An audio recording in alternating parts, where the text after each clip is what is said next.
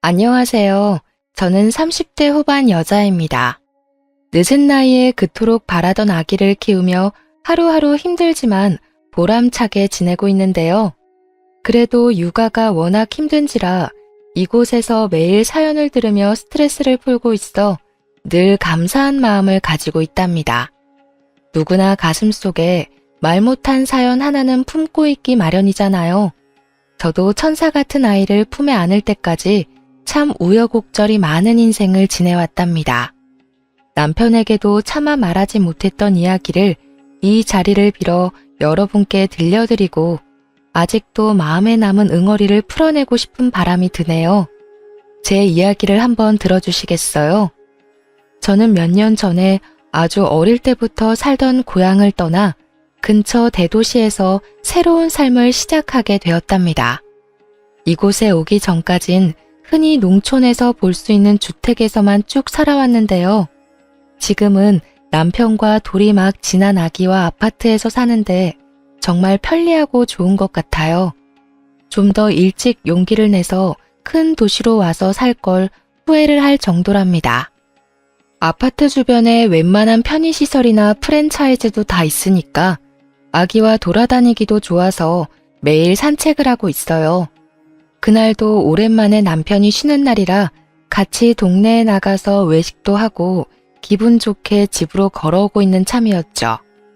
저 멀리서 땅콩빵을 구워 파는 노점이 보이는데 순간 너무 반갑더라고요. 요즘에 붕어빵도 진짜 찾기 쉽지 않은데 제가 평소에 제일 좋아하던 땅콩빵이라니 신이 나서 남편을 이끌고 사 먹으러 갔어요. 머리와 수염이 덥수룩한 아저씨가 만드시고 있었는데 행색이 너무 초라해서 먹어야 되나 위생 걱정에 순간 고민이 살짝 되더라고요. 아저씨, 땅콩빵 3,000원어치 주세요. 그때 고개를 푹 숙이고 있던 아저씨가 저를 보는데 저는 심장이 오그라들 만큼 너무 놀라고 말았답니다. 바로 제 전 남편이었기 때문이죠. 당신이 여기로 어떻게? 정말 당신 맞지? 저는 너무 당황해서 뒷걸음을 쳐서 멀뚱하게 서 있던 남편의 소매를 끌고 이 자리를 벗어나려고 했어요. 그런데 갑자기 전 남편이 제 앞에 무릎을 꿇고는 제 발목을 팍 잡는 게 아니겠어요? 전 남편은 유모차에 앉아있는 아기와 지금의 남편을 번갈아 바라보며 눈물을 글썽거리더라고요. 저 아이가 정말 당신 아기인 거야? 당신이 이렇게 사는 줄 몰랐네. 여보, 늦었지만 날 용서해 줄 순 없을까? 누가 당신이고 여보예요? 진짜 미친 사람이네. 여보, 얼른 가자. 몇 년 만에 전 남편을 만나니 그때의 악몽이 머릿속을 어지럽게 스쳐가면서 심장까지 빠르게 뛰더라고요. 그날은 어떻게 집에 왔는지 기억이 나지 않을 정도로 정신이 없었답니다. 도대체 저에게 어떤 일이 있었는데 이렇게 남편에게 학을 떼는지 궁금하실 것 같아요. 그럼 본격적으로 이야기를 펼쳐가 볼게요. 남편과 저는 계속 같은 동네에서 살았기 때문에 어릴 때부터 대충 아는 사이였어요. 초등학교부터 고등학교 때까지 학교가 하나뿐이라 계속 얽힐 수밖에 없었죠. 그러다 고3 때 짝이 된 후로 급격하게 친하게 지내게 되었죠. 남편의 부모님은 계속 농사를 지으셔서 남편도 대학에 갈 생각은 전혀 없고 졸업하고 바로 농사를 지을 거라고 하더라고요. 저는 어떻게든 다른 도시로 가보려고 수능 준비를 열심히 해봤지만 결국 지망했던 학교에 모두 떨어지고 말았어요. 사실 어릴 때부터 공부엔 별로 취미가 없어서 재수할 생각은 하지 않았고 읍내에 있는 약국 보조로 취직을 하게 되었답니다. 둘 다 대학에 안 가게 되니 더 자주 만나게 되더라고요. 대부분의 친구들은 큰 도시로 나가서 대학 생활을 시작했거든요. 남편은 읍내에 나올 때마다 제가 일하는 약국에 들러서 먹을 걸 사서 건네주기도 하고 퇴근할 시간에 맞춰 데리러 오기도 했죠. 그렇게 자연스럽게 데이트를 하고 3년 동안 연애를 하게 되었죠. 일찍 결혼해서 안정적으로 가정을 꾸리고 싶다는 남편의 설득에 휘말려 들어서 20대 초반의 나이에 결혼까지 하게 되었답니다. 이미 양쪽 부모님도 동네 이웃이라서 딱히 반대도 없었고 집안 수준도 비슷비슷해서 결혼식도 수준에 맞춰 평범하게 끝냈죠. 근데 결혼식 끝내자마자 시부모님이 이렇게 말씀을 하시는 거예요. 지금 사는 집에 민식이 방에서 신혼살림 시작해라. 따로 집 얻을 필요가 뭐 있냐. 민식이는 여기서 농사일하는데 읍내에 살 수도 없는 노릇이고. 여지껏 아무 말 없으셔서 전 당연히 나가 사는 줄 알았는데요. 집 얻어줄 거였으면 결혼식 전에 다 정했겠지. 어려서 그런가 맹해서 그런가 뭘 아는 게 없네. 그렇게 알고 니네 부모님한테도 그렇게 전해라. 혼수해올 필요도 없다. 저는 작은 원룸에서 시작해도 둘이서 알콩달콩 지내는 신혼생활을 하고 싶었는데 너무 황당스럽더라고요. 그렇지 않아도 남편에게 집은 언제 알아볼 거냐고 계속 물어봤었거든요. 그때마다 남편은 기다리라고만 하고 피하는 눈치가 있긴 했는데 사실 저를 시댁으로 불러들일 생각을 하고 있었던 것 아니겠어요? 원룸 알아보고 있다며, 부동산에도 다녀왔다며, 근데 시댁에서 살자니 이게 무슨 말이야? 너 나 속인 거야? 야, 속이긴 누가 속여. 말을 그렇게 하냐? 농사 짓는 게 얼마나 힘든지 알아? 그리고 맨날 새벽에 나가야 돼. 근데 어떻게 읍내에서 살아? 넌 그렇게 생각이 없어? 아니 그럼 처음부터 그렇게 말을 하던가. 그럼 내가 이해하고 시댁 들어갈 마음의 준비라도 했을 거 아니야. 뭔 마음의 준비를 해. 어차피 니네 집에서 바로 지척으로 옮겨와서 사는 건데. 친정도 가깝고 얼마나 좋냐? 넌 복 터진 줄이나 알아. 어떻게든 둘러대는 남편을 보자니 속은 것 같고 너무 답답했지만 결혼을 물을 수도 없으니 어쩔 수 없이 시댁에 들어가 살기로 했죠. 친정 부모님도 남편이 농사를 지어야 한다고 시부모가 이미 말을 해놨는지 그냥 들어가 살라고 말을 하셨답니다. 시골은 도시랑은 분위기가 많이 다르긴 하잖아요.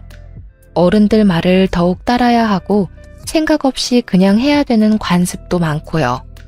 심지어 남편에겐 2살 어린 남동생도 있었는데 남동생 방이 바로 옆방이더라고요.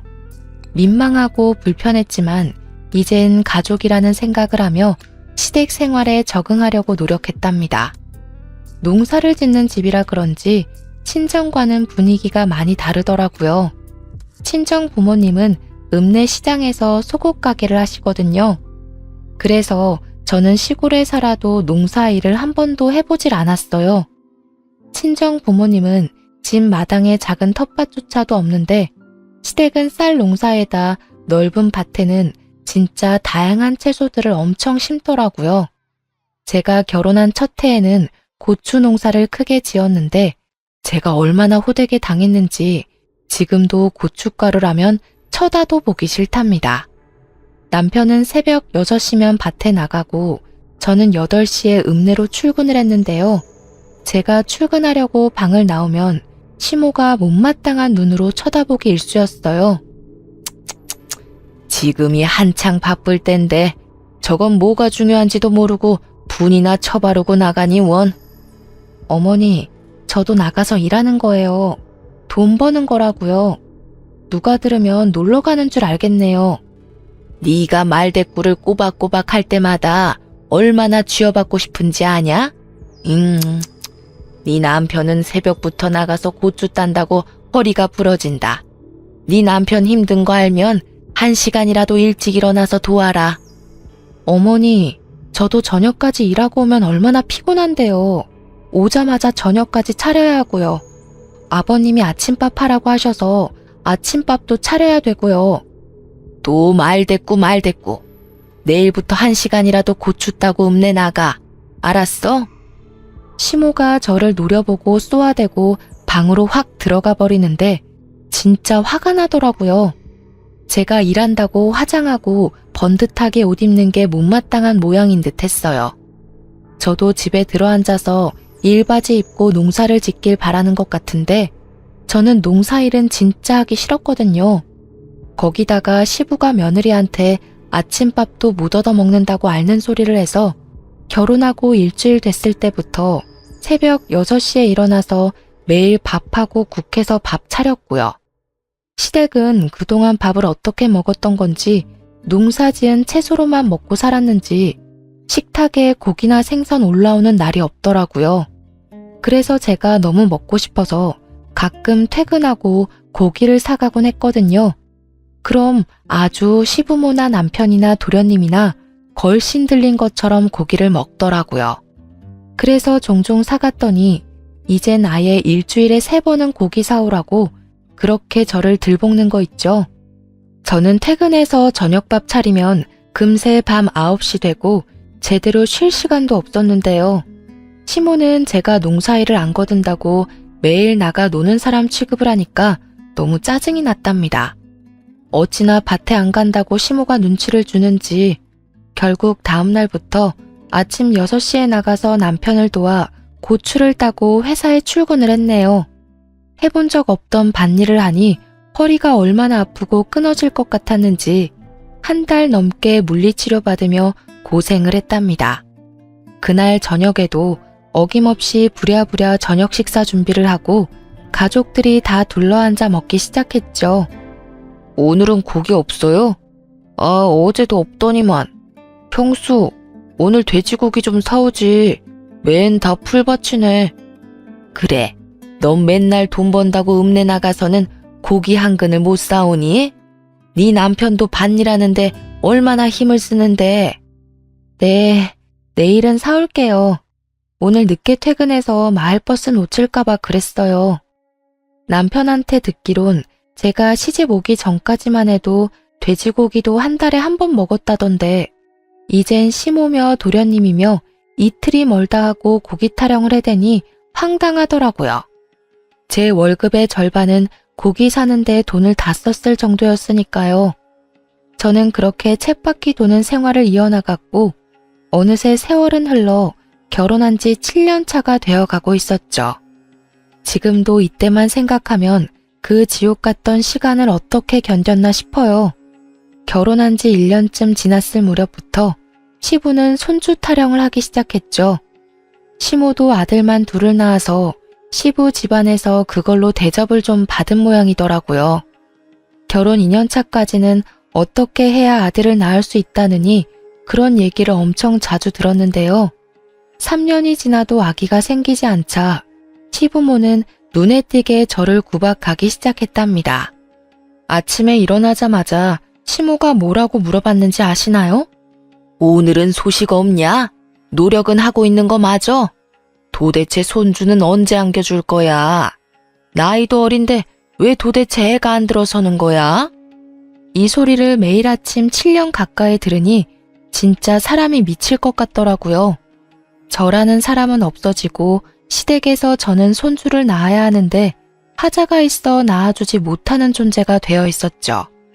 시부모 지인의 손주라도 보고 오는 날이면 아주 난리가 날 정도로 저를 못살게 굴었어요. 그 여편네 며느리는 나이가 39이라더라. 39에도 애를 낳았는데 도대체 넌 무슨 하자가 있길래 애가 안 들어서냐고. 그릇을 바닥에 던지는 건 예사였고 언젠가는 너무 화가 난다면서 제 뒤통수를 때린 적도 있었어요. 그때 시모에게 한마디라도 하며 대들었어야 하는데 그때 저는 너무 위축이 되고 그냥 맞고만 있었네요. 시부모는 친정 부모님도 점점 막대하기 시작했어요. 친정이 지척인데도 저를 친정에 보내주지도 않았고 심지어 명절에도 음식하느라 집에 가보지도 못했답니다. 시모는 우연히 친정엄마를 길에서 보기라도 하면 큰 소리로 막말을 하기도 했다고 해요. 도대체 애를 어떻게 키웠길래 나이가 20대인데 애가 안 생겨? 그럼 한약이라도 지어다가 좀 먹이던가 음식을 좀 해오던가 해야지. 주원 딸한테도 이렇게는 안 하겠네. 이 여편네가 뚫린 입이라고 함부로 말을 뱉어? 어떻게 키웠냐니? 금지옥엽 내 딸 데려다가 해보지도 않은 농사일 시키면서 구박이나 하면서 내가 지금 얼마나 참고 있는 줄 알아? 애가 몸이며 마음이 편해야 애도 들어설 거 아니야? 아이고, 누가 들으면 내가 아주 천하의 못된 시험인 줄 알겠네. 옛날 같았으면 벌써 소박당했을 위인을 데리고 사는 것만 해도 고맙다고 할 것이지. 제가 이혼하고 나서야 저에게 말을 해주신 건데 그 당시에는 저에게 해가 될까봐 말도 못하시고 시모의 행패를 다 견뎌오셨던 거죠. 어쩐지 언제인가부터 친정엄마가 임신에 좋다는 한약이며 각종 즙이며 음식을 계속 챙겨주시더라고요. 저는 아무것도 모르고 받아먹기만 했었는데 엄마가 어떤 마음으로 준비를 해주셨을지 지금 생각해도 죄송해서 눈물이 난답니다. 남편은 딱히 말하지는 않았지만 같이 길을 걸어가다가 아기라도 보이면 한참을 뚫어지게 바라보기도 하고 슬그머니 웃음을 짓기도 했어요. 그 모습을 보고 있으면 가슴이 철렁하고 내려앉기 일쑤였답니다. 20대 초반의 어린 나이에 결혼을 했으니 사실 언젠가는 아기가 생길 거라 생각하고 여유롭게 생각했던 것도 있었는데요. 30대가 넘어가니까 점점 초조해지기 시작했어요. 난임에 대해 여러 가지 알아보다가 병원에 가서 제대로 검사를 받아봐야겠다고 생각했죠. 우리 병원에 가서 둘 다 검사 좀 받아보고 시험관 같은 거 해보면 어떨까? 그럼 큰 병원에 가야 되는데 여기서 그 먼 데를 어떻게 다니냐? 그리고 시험관 하면 돈 엄청 드는 거 아니야? 나라에서 지원받을 수도 있어. 내가 알아볼게. 일단 병원 한번 가보자. 지금 한창 바쁠 땐데 거길 어떻게 다니냐? 한번 가고 마는 게 아니고 계속 가야 되잖아. 아, 그리고 뭘 그렇게까지 해. 생기면 생기고 아니면 아닌 거지. 당신은 어머님이 날 얼마나 구박하는지 몰라? 나 혼자 꾹꾹 참으니까 내가 지금 괜찮은 것 같아? 당신이 얼마나 모른 척을 하면 내가 아예 당신한테 하소연도 안 해. 내가 나만 위해서 병원 가보자고 해? 당신도 아기 원하잖아. 길에서 애들만 보면 눈도 못 떼는 거 내가 모르는 것 같아? 애가 임신하냐? 네가 못 갖는 걸 가지고 왜 나한테 난리야? 암튼 지금은 못 가니까 겨울에 좀 한가해지면 가든가 말든가 알아서 해. 남편은 성질을 내며 대화를 끝내버리더라고요. 저는 그 후로도 계속 남편에게 병원에 가자고 얘기해봤지만 남편은 미루기만 할 뿐이었죠. 임신하지 못해서 하루하루 속이 말라 비틀어지는 제 마음은 알아주지도 않고 점점 더 저를 무심하게 대해가더라고요. 친구에서 연인이 되어 오랜 기간을 사귀면서 우리 둘 사이에는 누구도 끼어들지 못할 친밀함이 있다고 늘 생각해 왔었거든요. 서로만 아는 비밀도 많고 공유한 추억도 어마어마하니까요. 하지만 결혼 생활은 정말 현실이었고 어느새 남편은 저와 대화도 피하고 집에선 핸드폰만 들여다보고 잠드는 날이 대부분이었답니다. 남편과 사이도 좋지 않은데 왜 아기를 가지려고 혼자 고군분투하고 있는지 점점 회의감이 들기 시작했죠. 시모의 구박과 늘 못마땅한 눈초리에서 벗어나서 하루라도 이 집을 떠나고 싶다는 마음이 점점 강해져만 갔답니다. 그러던 어느 날 도련님이 대형 사고를 치고 집에 들어왔더군요. 베트남으로 여행을 간다고 하더니 글쎄 거기서 결혼을 해서 신부를 떡하니 데려온 게 아니겠어요? 시부모를 비롯해 저와 남편 모두 너무 놀라서 기절할 뻔했답니다. 야, 이놈의 자식아. 결혼이 무슨 애들 장난이야? 벌써 혼인신고까지 했단 말이야? 이를 어쩌면 좋아. 요즘엔 국제결혼이 대세야. 제대로 된 한국 여자가 이 시골로 들어와서 나랑 결혼을 하겠어? 어차피 40 넘어도 못해. 어리고 이쁘고 말도 잘 듣고 얼마나 좋아? 우리 마누라 이제 22살이야. 내가 먼저 손주 안겨드릴게. 손주? 아유, 그러면 되겠네. 어차피 쟤는 글렀으니까 우리 둘째 며느리한테 손주 욕심 좀 부려보자.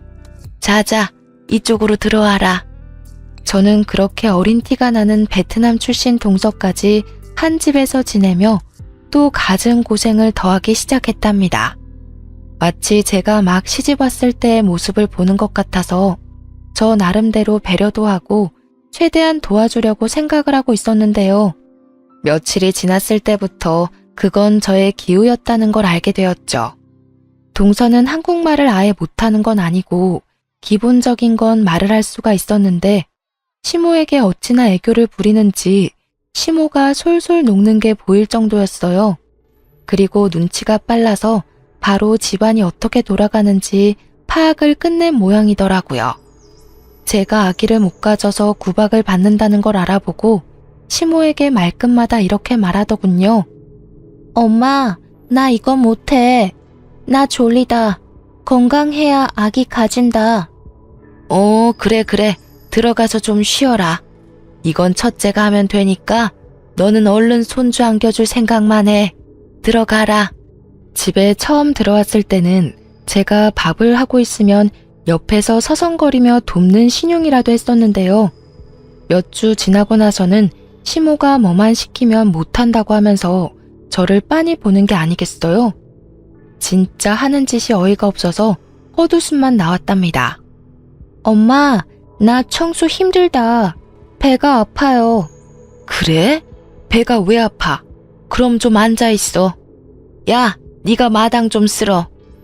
저는 또 바보같이 대신 빗자루를 들고 마당을 쓸었죠. 도대체 그땐 왜 그랬는지 지금도 이해가 가지 않아요. 시모 옆에 딱 붙어 앉아서는 사과를 씹어 먹으며 청소를 하는 제 모습을 무표정으로 지켜보던 동서의 얼굴이 떠오르네요. 갓 시집온 동서에게까지 이런 푸대접을 받으니 더는 참을 수가 없이 화가 났죠. 저는 남편에게 하소연을 했지만 남편은 듣는 척도 하지 않았어요. 이제 하다하다 22살 동서한테까지 내가 구박을 받아야 돼? 도대체 왜 내가 이 집에서 이러고 살아야 돼? 나 더 이상 못 참아. 우리 나가 살아. 너는 어떻게 어린 재수씨보다 생각하는 게 어리냐? 여기서 나가면 어디서 살게? 돈은 있고?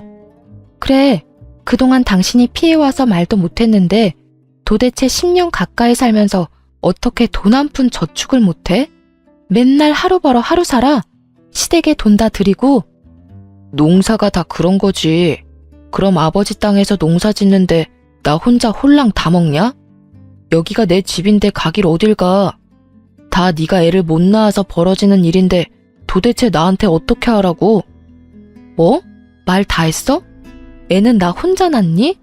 너도 같이 노력을 해야 할 거 아니야. 술도 좀 줄이고. 웃기고 있네. 내 친구들은 나보다 술을 더 먹는데 다 애가 있는데 그건 어떻게 설명할래? 지가 문제 있는 걸 어디서 화풀이야? 에이씨. 남편이 저한테 말이라도 따뜻하게 해주고 공감해주려고만 했어도 이렇게 가슴이 미어지도록 서운하진 않았을 텐데요. 저는 모든 걸 제 탓으로만 미루는 남편에게 모든 정이 다 떨어져 버렸답니다. 시댁은 남편의 집이지 평생 청소하고 밥하며 살아도 절대 저의 집이 될 수는 없단 것도 확실히 깨닫게 되었어요. 저는 서서히 마음의 문을 닫아갔고 이혼을 절실히 생각하게 되었죠. 몇 달이 흘러 시부의 생일이 다가왔고 시모는 출근하려는 제 팔목을 딱 잡고 말하더라고요. 오늘 아버지 생신인데 뭔 일을 한다고 난리야. 오늘 하루 일 나가지 말고 장 봐다가 생신상 딱 차려드려. 알았어? 어머니, 그럼 미리 말씀을 하시던가. 어떻게 오늘 당장 일을 빠져요. 아니면 저녁에 다들 읍내 나오세요. 오랜만에 갈비 먹으러 가요, 그럼. 이게 아주 야가 빠져가지고는 밥하기 싫다고 수 쓰는 거냐? 네가 갈비거리 사다가 직접 재서 만들 생각은 안 하고 내가 약국에 전화하리? 망신 한번 당할래? 충분히 직장에 전화해서 고래고래 소리를 지를 시모의 성격을 알기에 저는 어쩔 수 없이 하루 병가를 내고 생신상을 차려야만 했답니다. 해야 할 게 너무 많아서 동서를 불러서 같이 하자고 옆에 세워뒀는데요. 제가 말하는 걸 못 알아듣는 척하면서 자꾸 딴 척만 하는 거예요. 심지어 제가 시킨 일을 반대로 해놔서 제가 또다시 해야 하니까 손만 더 가고 너무 화가 났답니다. 동서, 씻어서 넣어야 되는데 그냥 넣으면 어떡해. 다 건지라고. 아, 비켜봐. 제가 동서를 밀어내고 다시 하고 있는데 옆에서 나지막한 동서의 목소리가 들려왔죠. 저는 들리는 욕짓거리에 제가 잘못 들었나 귀를 의심했답니다. 동서, 지금 나한테 욕한 거야? 내가 지금 잘못 들은 거야? 아, 진짜 피곤하게 하네. 애도 못 가지는 게. 뭐?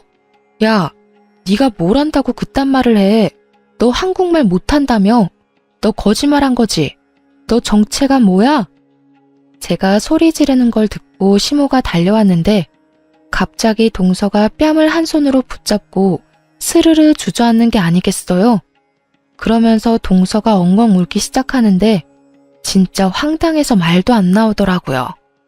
뭐야, 너 지금 얘 때렸냐? 이게 아주 막 나가네.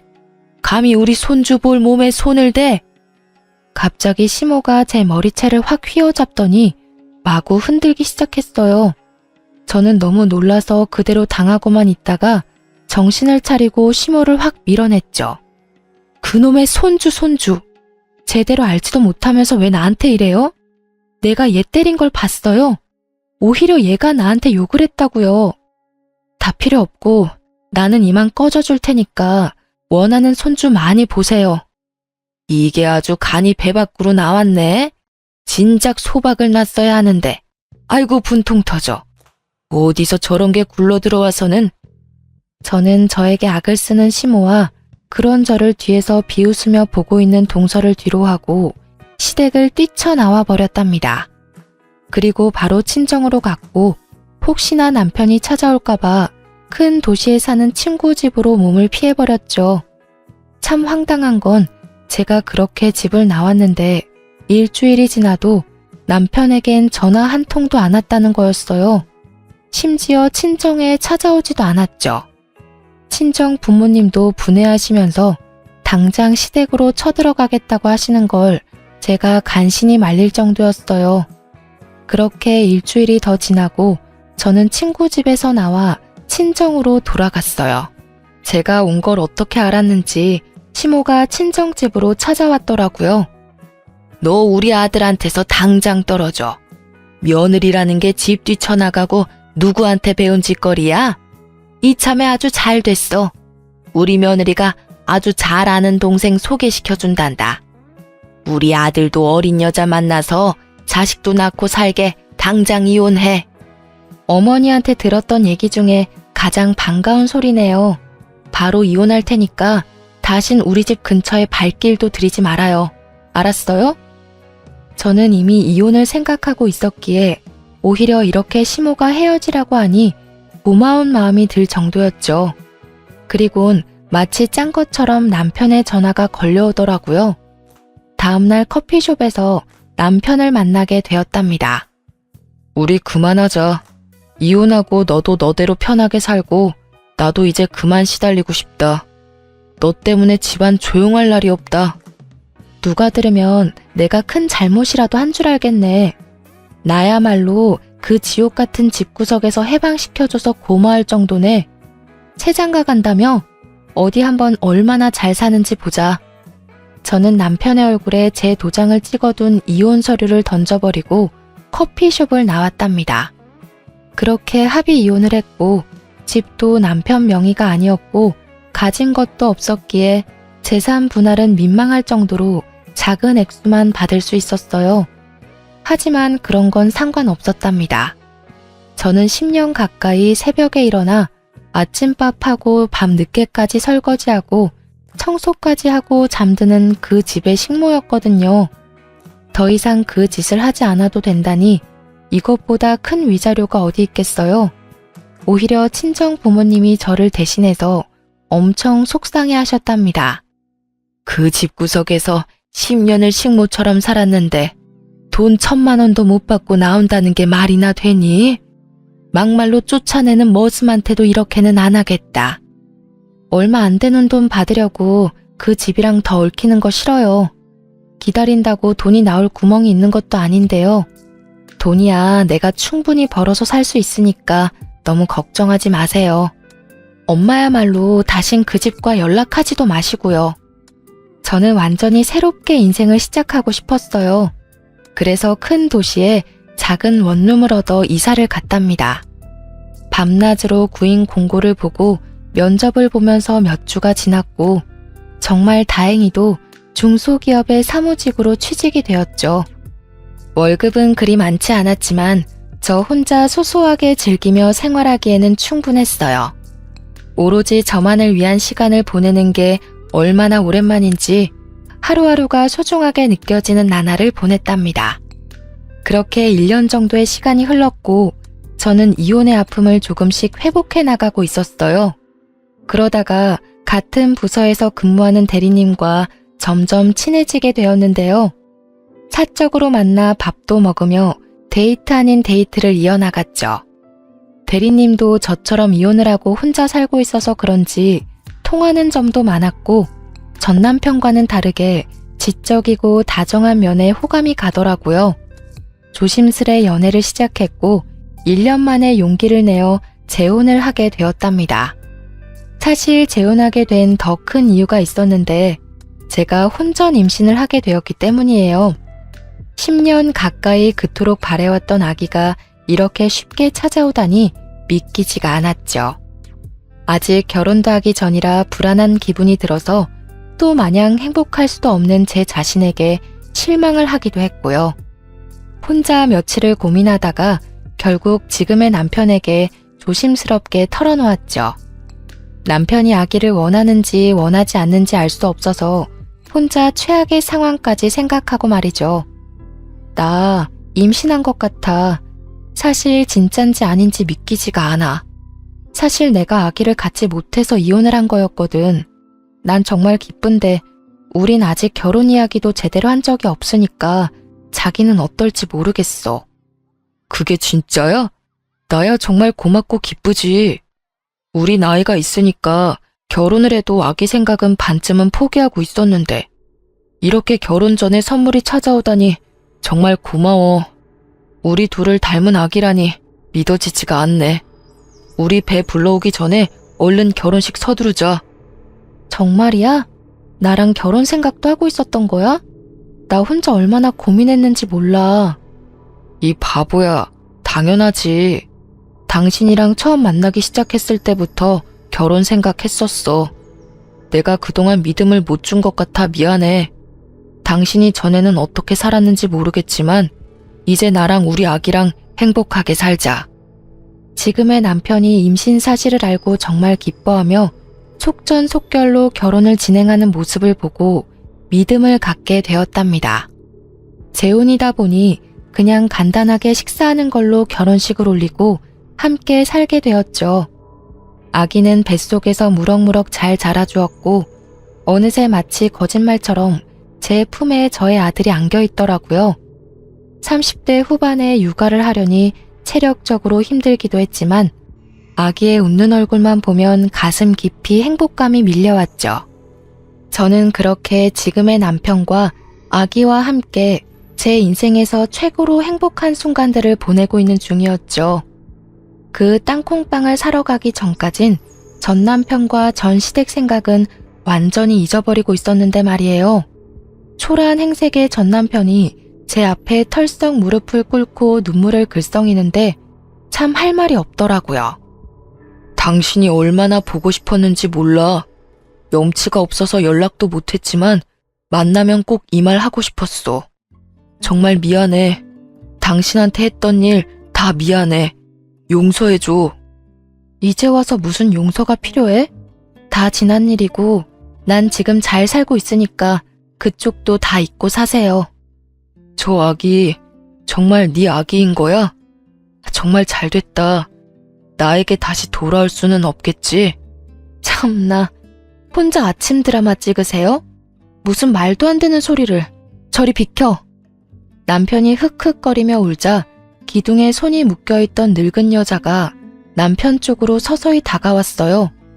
저는 그 모습을 보고 너무 놀라서 뒤로 자빠질 뻔했답니다.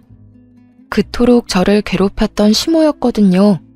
시모는 머리가 산발이고 눈은 이상하게 초점이 없더라고요. 그러다가 유모차에 있는 아기를 보더니 눈빛이 반짝 광채가 나는 게 아니겠어요. 내 손주가 여기 있었구나. 네가 내 손주를 훔쳐갔어. 내 손주! 기둥에 줄로 손이 묶인 채 아기에게 다가오려고 손을 휘젓는 모습이 좀비 영화가 따로 없더라고요. 그 순간 시몬은 무슨 괴력이 생겼는지 글쎄 줄을 끊어내고는 아기에게 달려드는 게 아니겠어요. 저는 놀라서 몸이 얼어붙어 있는데 다행히도 지금의 남편이 시모를 바닥으로 세게 밀어버렸답니다. 시모는 바닥에 내동댕이 쳐진 채 내 손주라고 계속 울부짖더라고요. 그 모습을 보는데 어찌나 오싹한지 저는 서둘러 남편 팔을 잡아 끌고 도망쳐버렸답니다. 우리를 뒤쫓아오려는 시모를 잡고 저를 멀거니 보고 있는 전 남편의 모습을 마지막으로 보았네요. 그 후로 며칠이 지났고 저는 일부러 전 남편을 본 쪽을 피해서 다녔답니다. 혹시나 다른 곳에서 마주치진 않을지 겁도 나더라고요. 결국 친정엄마에게 전화를 걸어 마주친 이야기를 털어놓았죠. 친정 부모님은 계속 같은 동네에 살았기에 싫던 좋던 시댁의 사정을 전해들을 수밖에 없었는데요. 저한텐 지금까지 아무 말도 해주시지 않았던 거예요. 제가 조심스레 물어보자 이제야 엄청난 이야기를 전해주시더라고요. 저와 이혼을 한 뒤에 남편은 한 달 만에 재혼을 했다고 해요. 베트남 동서가 친한 동생이라면서 소개시켜줬다는데 이미 한국에 살고 있어서 속전속결로 결혼식도 안 올리고 혼인신고만 하고 살게 된 거죠. 심지어 그 여자는 20살이었다고 하더라고요. 그런데 1년이 지나도 2명의 베트남 여자에게선 임신 소식이 들리지 않았고 시모는 점점 그 둘을 구박하기 시작했죠. 남편과 결혼한 여자가 시모한테 자기는 아무 이상이 없다면서 병원에 가서 확인을 해보자고 악을 쓰며 대들었다고 해요. 그래서 남편도 큰 마음을 먹고 병원에 가서 검사를 해봤고 결과는 정말 충격적이었죠. 남편이 바로 무정자증이었던 거예요.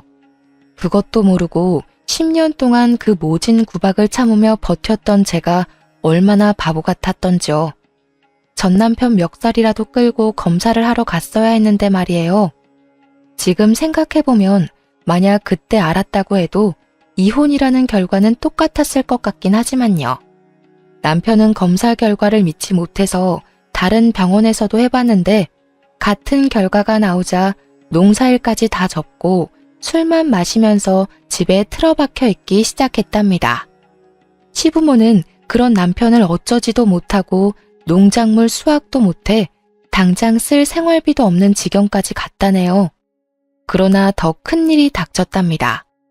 어느 날 갑자기 도련님이 미친 사람처럼 온 집안을 헤집으며 다녔어요. 이것들 어디 갔어? 엄마, 이것들 나갔어? 어디 갔냐고. 누구? 네 처? 몰라. 아침까진 보였는데 어디 갔나? 그러고 보니 둘 다 코빼기도 안 보이네? 엄마, 큰일 났어. 여기 이 서랍에 땅 문서 있던 거 맞지? 없어, 없다고. 이것들이 다 들고 튀었다고. 뭐? 도대체 이게 무슨 소리야? 똑바로 좀 말해봐. 아침에 은행에서 전화가 왔는데 그게 벌써 몇 달 전에 내 이름으로 대출을 받았대. 그거 이자 갚으라고 전화가 온 거야. 그리고는 부동산 형님이 전화가 와서는 우리 땅이 팔렸다는 거야. 땅이 팔리다니 누가 땅을 팔아? 우린 땅을 내놓은 적도 없는데. 네 말로는 그것들이 다 팔아서 날랐다는 거야? 땅 문서 얼른 찾아봐. 아이고. 그렇게 경찰까지 와서 도망간 베트남 여자들의 행적을 쫓았지만 어디로 사라졌는지는 찾을 수 없었죠. 경찰이 알려준 바로는 한국에 들어오기 전부터 현지 브로커와 작당을 하고 한국 남자의 재산을 빼돌리려고 위장 결혼을 한 여자들이었답니다. 벌써 한국 남자와 몇 번의 이혼을 했고 한국말도 수준급이었다는데 시부모와 자기 남편들 앞에서는 한국말을 못하는 척했던 거였죠. 어쩐지 동서가 저한테 욕지거리를 내뱉을 때 진짜 본 모습을 본 것 같아 더욱 충격을 받았던 것 같아요. 시댁은 땅도 잃고 거액의 빚까지 떠맡게 되었답니다. 그야말로 집안이 완전히 풍비박산이 나버린 거죠. 시부는 땅이 팔렸다는 걸 알고 중풍으로 쓰러져서 아직까지 집에서 거동도 못하고 누워있다고 해요. 도련님은 누워만 있는 시부를 간호하다가 못 견디겠다면서 집을 나가서 연락두절이 되었고요. 시모 역시 큰 충격을 받아서 전부터 조금씩 알아왔던 치매가 더욱 심해지게 되었다네요. 시모는 제정신이 돌아올 때마다 전 남편을 붙잡고 제 얘기를 하며 가슴을 치며 울었다고 해요. 야야, 우리 첫째는 어디 갔니? 읍내 고기 사러 갔나? 요즘 들어 통 보이질 않는다. 무슨 소리야, 엄마가 내쫓아놓고는 이제 와서. 이게 다 엄마 때문이야. 그놈의 손주가 뭐라고 그렇게 구박을 해대더니. 아니 그럼 걔가 집을 나갔단 말이야? 앞장서라. 친정집에 있을 거 아니야. 얼른 잡아오게. 걔가 나간 게 아니라 엄마가 이혼시켜 내쫓았다고. 나한테 그 베트남 기집애랑 결혼하라고 손주 봐야 된다고 꼬드기지만 않았어도 우리 집 이렇게는 안 됐을 거야. 엄마 손주 욕심 때문에 다 망해버렸다고. 당연히 잘 살길 바라진 않았지만 이 정도로 처참하게 망해 있을 줄은 상상도 못했었는데요. 시모가 손주 욕심을 부리다가 벌어진 일이라 자업자득이라고 밖에 할 수 없을 것 같네요. 당장 먹을 쌀도 없는 지경에 이르자 전 남편이 정신을 차려야겠다고 생각을 했나 보더라고요. 친구들에게 돈을 빌려다가 땅콩빵 장사를 시작하게 된 거였고요. 집에는 이미 시부가 누워있고 정신이 나간 시모를 집에 같이 둘 수가 없어서 장사하는 곳마다 어쩔 수 없이 데리고 다녔다는데요. 시모는 치매가 걸렸어도 손주는 포기를 못했는지 길에서 아기만 보면 내 손주라고 악을 쓰며 빼앗아 가려고 했다고 해요. 아기 엄마들은 도둑년이라고 때리려고도 해서 벌써 경찰서에도 몇 번이나 다녀왔었다네요. 그래서 결국 전 남편이 시모가 움직일 수 없도록 묶어두고 장사를 하게 되었던 거죠. 내가 다시는 그 집구석 얘기는 너한테 하지 않으려고 했다. 혹시나 그 집 인간들이 널 찾아갈까봐 네 아버지가 엄청 단속했지. 다 너한테 저지른 일 되돌려 받은 거니 난 오히려 속 시원하다. 이젠 그 집구석 얘긴 다시 물어보지 말고 지금 네 가족하고 잘 살기만 해. 친정엄마는 이야기를 끝내시며 저한테 더 이상 궁금해하지 말라고 못을 박으셨죠. 그래도 오랫동안 함께 지낸 세월이 있어서 그런지 시댁의 나쁜 소식에 마냥 기쁘지만은 않았지만 한편으론 속이 시원하기도 했어요. 이런 마음조차 갖지 않고 아예 잊고 사는 게 최고라는 생각이 들어 계속 저에게 물어보는 지금의 남편에게도 대충만 얘기해주고 말을 아꼈답니다. 저는 그날에 다시는 안 보고 싶었던 시모의 얼굴을 우연히 마주쳐서 너무 놀랐고 우리 아기를 향해 달려들던 모습이 아직도 가끔 머릿속에 떠올라서 꿈에서까지 나오기도 하는데요. 저는 더 이상 그 사람들과 얽히고 싶지도 않고 저에게 고통과 상처를 준 일들이 아직 잊혀지지도 아물지도 않았어요. 전 남편이 저에게 지나간 세월에 대해 용서를 바랬지만 저는 용서도 동정도 하지 않고 그냥 묻어두려고 해요. 그냥 현재의 남편과 아기와의 새로운 삶에 더욱 집중하려고 한답니다. 툭툭 털어버리고 제 행복을 찾아가는 게 가장 현명한 복수라고 생각하거든요. 지금까지 저의 사연을 들으셨는데 어떠셨나요? 물론 저보다 더 기막힌 사연을 가진 분들도 많지만 저의 지나온 세월도 만만치 않다는 생각이 들지 않으시나요? 제 이야기를 들어주셔서 감사하고 여러분도 자신만의 행복을 찾아가는 하루를 보내시길 바래요. 항상 행복하세요.